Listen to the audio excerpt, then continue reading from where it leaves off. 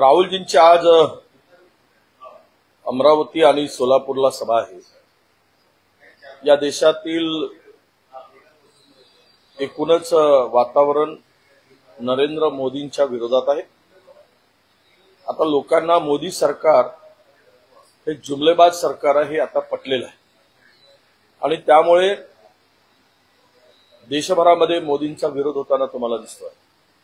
जबरदस्तीने माणसं आणून बसवली जातात, पण माणसं ना टाळ्या वाजवतात ना भाषणाला रिस्पॉन्स देतात। ज्या पद्धतीनं ध्रुवीकरणासाठी भाषणं केली जात आहेत आणि अत्यंत निखालस आणि खोटं भाषण लोकांच्या पुढे मांडली जात आहे। म्हणजे एखाद्या पंतप्रधानांनी अशा पद्धतीनं धार्मिक ध्रुवीकरणाची भाषणं करावी तर या देशातील निवडणूक आयोग हा निपक्ष काम करतो का, हा खरा प्रश्न आता लोकांच्या पुढे आलेला आहे। आणि म्हणूनच मला राहुलजींची सभा ही सर्वांना सामाजिक न्यायाची सभा असते, नारी हक्काची सभा आहे ती। या देशामध्ये असलेला जातीवाद, धार्मिक धर्मांधता संपवण्यासाठी राहुलजींची जी भूमिका स्वीकारलेली आहे ती आता देशभरातील जनतेला पटलेली आहे।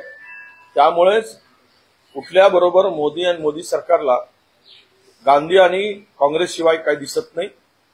विकास कुठे केला ते सांगत नाही आणि फक्त काँग्रेसला शिव्या घालणं, राहुल गांधींना शिव्या घालणं एवढंच काम आता भारतीय जनता पक्षापाशी उरलेलं आहे।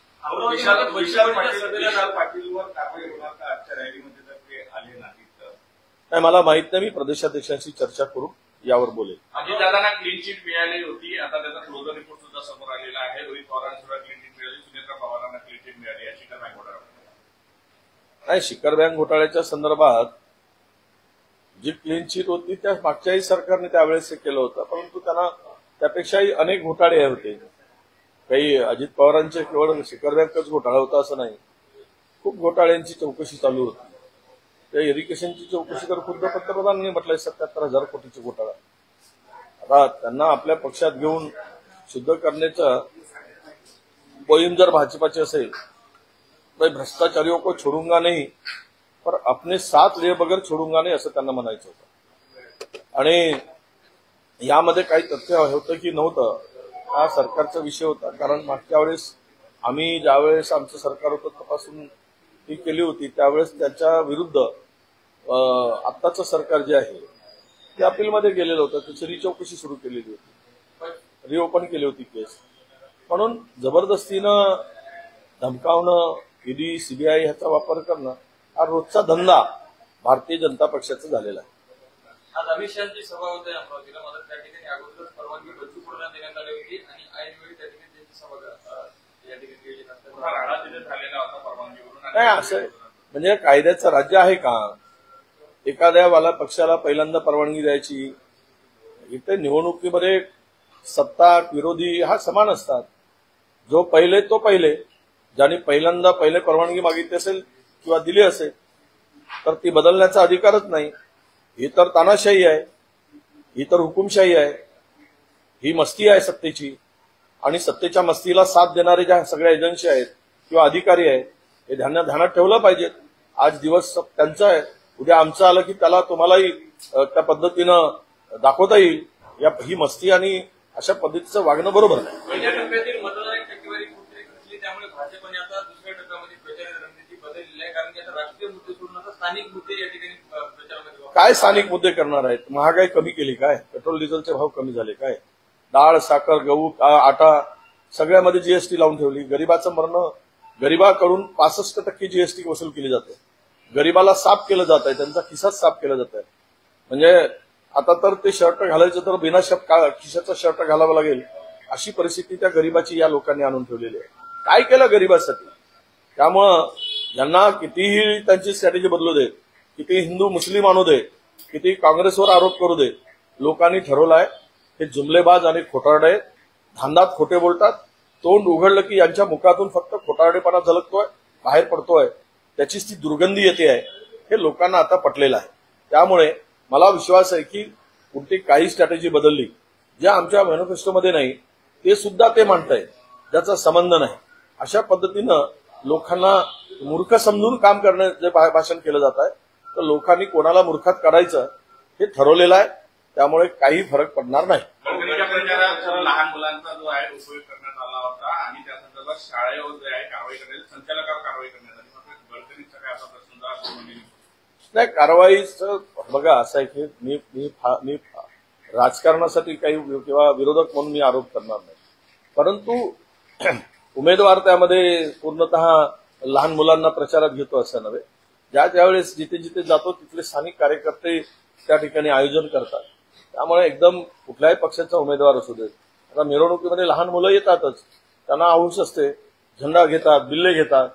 याचा अर्थ की उमेदवार त्याला जबाबदार आहे असं मी मानत नाही. तुम्ही एक ट्विट केलं महात्मा फुले यांच्या पुतळ्याची डिसेंबर खरं म्हणजे बहुजनांचा देव कोण असेल तर महात्मा ज्योतिबा फुले. ज्या बहुजनांनी स्त्री शिक्षण असेल किंवा बहुजनांना ज्या पद्धतीनं शेतकऱ्यापासून तर ओबीसी असेल किंवा मध्यम सगळ्यांसाठी एक देव म्हणूनच त्यांनी काम केलं आहे. शिक्षणाची दारं उघडी केली. जे काही शूद्र आणि क्षत्रियामध्ये जी दरी निर्माण केली होती ती बुजवण्याचं काम त्यांनी केलेलं आहे. आणि विशेष म्हणजे महात्मा ज्योतिबा फुलेंचं कार्य हे मानवतेचं कार्य होतं. ज्या समाजाला माणूस म्हणून ओळखत नव्हते त्या समाजाला माणुसकीची ओळख देणारं कार्य कुणाचं असेल तर महात्मा ज्योतिराव फुलेंचं होतं. तो खरं तर बहुजनांचा, ओबीसीचा, SC ST यांचा देवच आहे असं मी मानतो. बाबासाहेब आंबेडकर असू देत किंवा महात्मा ज्योतिबा फुले असू देत, यांच्या पुतळ्यांची विडंबना करणं म्हणजेच स्वतःच्या बापाच्या अंगावर शाई टाकणं हा प्रकार आहे. आणि तो प्रकार करणारा हा नालायक माणूस आहे. त्याचा निषेध आम्ही करण्यासाठी नाही, त्याला सेंट्रल गव्हर्नमेंटची सुरक्षा देण्याची आवश्यकता होती. त्याला खूप थेट आहेत आणि तो फार मोठा म्हणजे या देशातील सगळ्यात लोकप्रिय व्यक्ती कोण असेल तर तो पार्थ पवार आहे. अजिबात बिलकुल म्हणजे त्याला तो देशामध्ये कुठेही गेला की लाखोची भीड त्याच्या भोवताली येते. अशा नेत्याला Y+ देणं त्याचा अपमान आहे. त्याला सेंट्रल गव्हर्नमेंटची सुरक्षा कवच द्यायला पाहिजे होता. एवढा मोठा महान व्यक्ती आहे तो. त्याला म्हणजे असं म्हणेल की एकदम निष्कलंक, निष्पृह, कुठलाही शौक पाणी कसाही नसलेला असा हा तरुण आहे. त्या तरुणाच्याकडे देश आशेनं बघताय, देश नाही जग बघताय की हा पार्थ पवार उद्या जगाचा नेता होईल, तर त्याची सुरक्षा करणं हे सरकारचं काम आहे. तेजस्वी यांनी एका सभेत असं म्हणलं की याला पाडण्यासाठी, पप्पू यादवला पाडण्यासाठी इंडिया आघाडीला कोणालाही मतदान करा, मात्र त्याला पाडा. मी नाही ऐकलंय, त्याबद्दल मी बोललो.